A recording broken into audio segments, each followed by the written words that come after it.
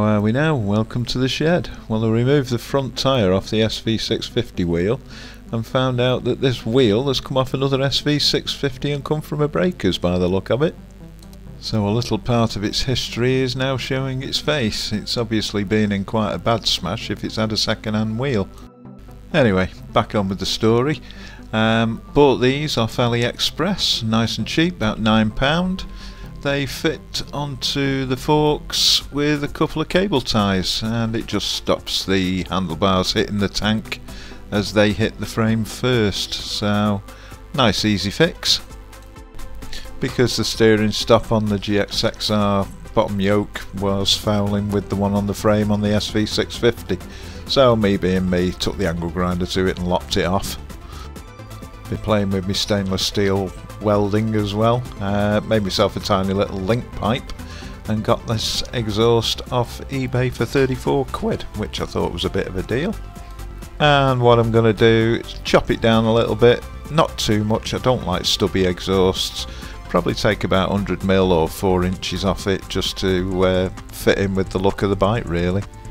So that's going to be the next job. So as you can see, the exhaust is quite long, so we're going to chop it down. So set my verniers at 100mm, went from the strap over onto the exhaust, out with the Sharpie, and just started marking my way around the exhaust itself, so I've got a nice little mark of where to cut.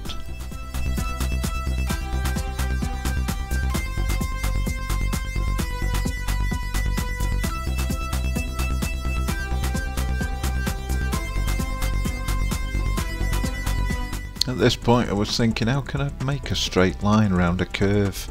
And then it occurred to me using a hacksaw blade, and it worked spot on.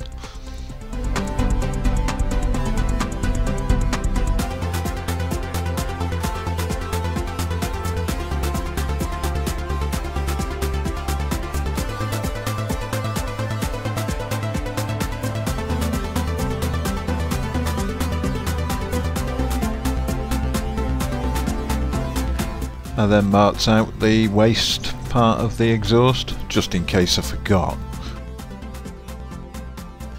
Then put it loosely-ish into the vise and got the hacksaw out. So it was a bit of a worrying time this, especially if you're using a very expensive exhaust. That's why I'm quite pleased this was only cheap.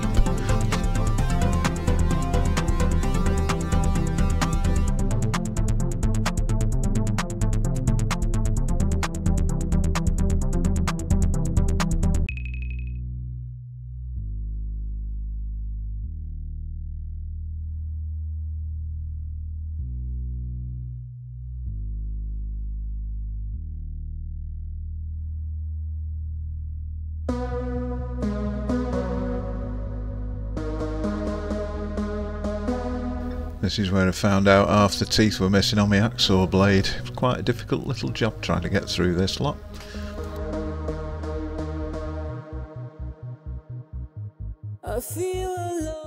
There you go. That's all the wadding inside and the baffle. Nice straight cut as well. So then I decided to drill the rivets out that were holding the strap on. This strap with the rivets actually holds the end piece on that fits onto the link pipe.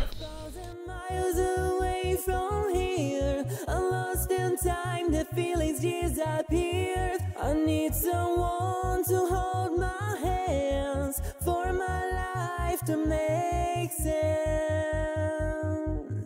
I feel so lost in time, there's something wrong.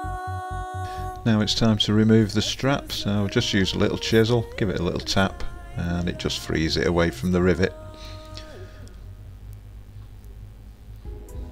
And same again, and all the way round basically. That just removes the strap itself, and then use a little punch, just knock the heads of the rivets through, and then it'll be a case of removing the end of the exhaust.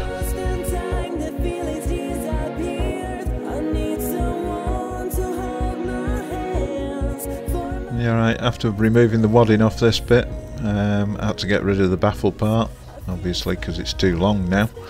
So again, out with the hacksaw, just chopped it all off. I feel so lost in time, the love is gone. Right, once that's done, it's time to move on to the other end and do exactly the same thing. So it's basically drill out all the rivets, take the strap off and take the end off, and then we're ready to go.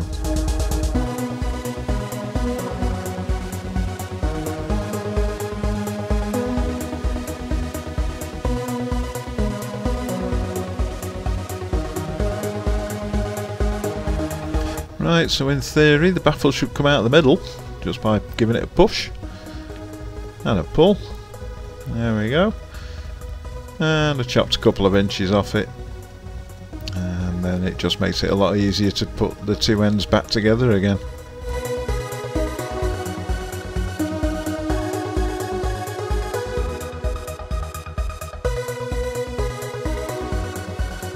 Right, at this point you can just basically shove one end in and then drill the exhaust to put your new rivets in. I like to just have a look where the holes are, mark them off on the outside of the exhaust, because then you haven't got too many holes in the actual end piece of the can.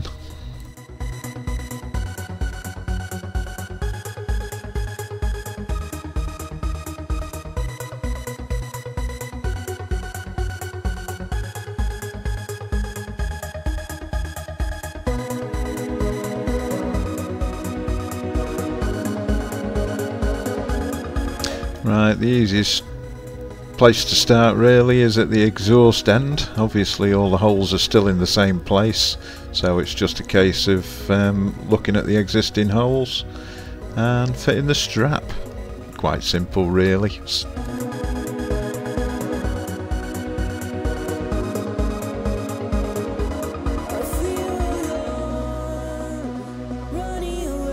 Well, it is if you get the holes lined up in the first place, I suppose. There's no more you and me.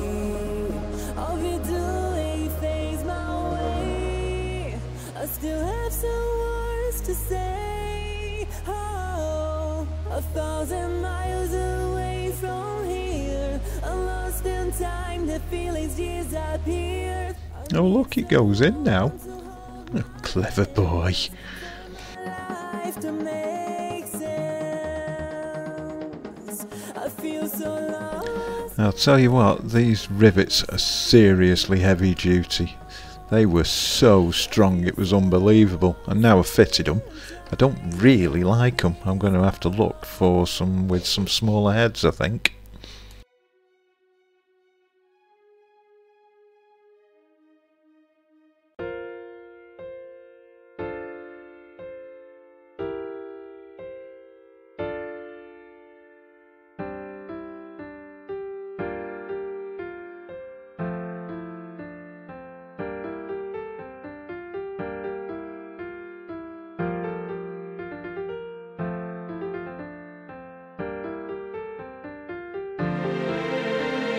Yay, that's the first one in. Only got about another 11 to do.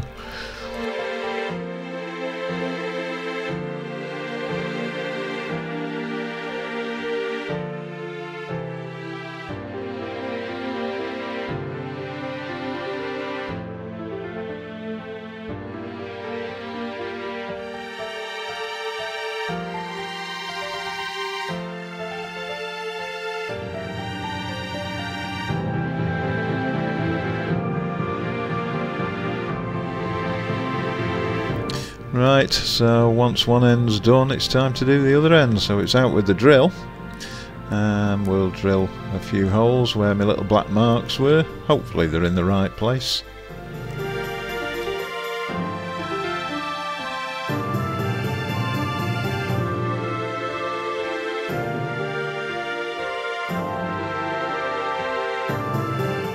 And that wasn't a bad guess at all, it was almost perfect.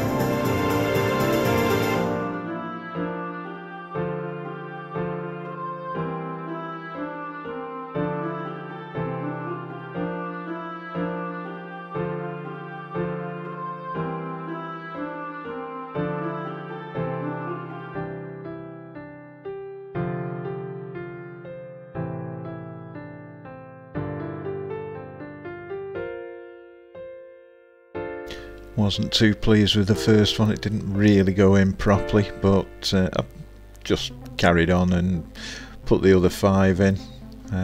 We were virtually spot on with all the other holes. So with it all complete, back on the bike, started her up on choke, and I'm quite impressed. Still got the nice low rumble of the V-twin, and my link pipe's not leaking, so all I've got to do now is work out how to make an exhaust hanger.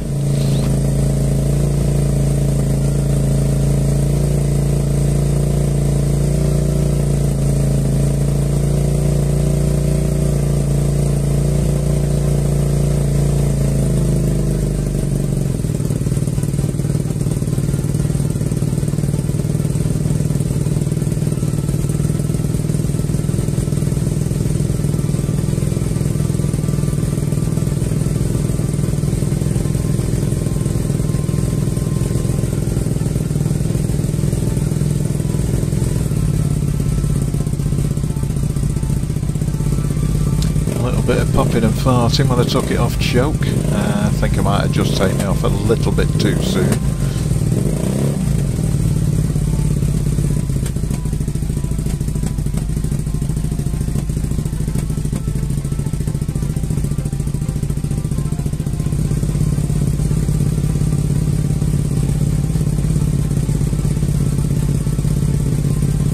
But once she settled down, she sounded quite nice.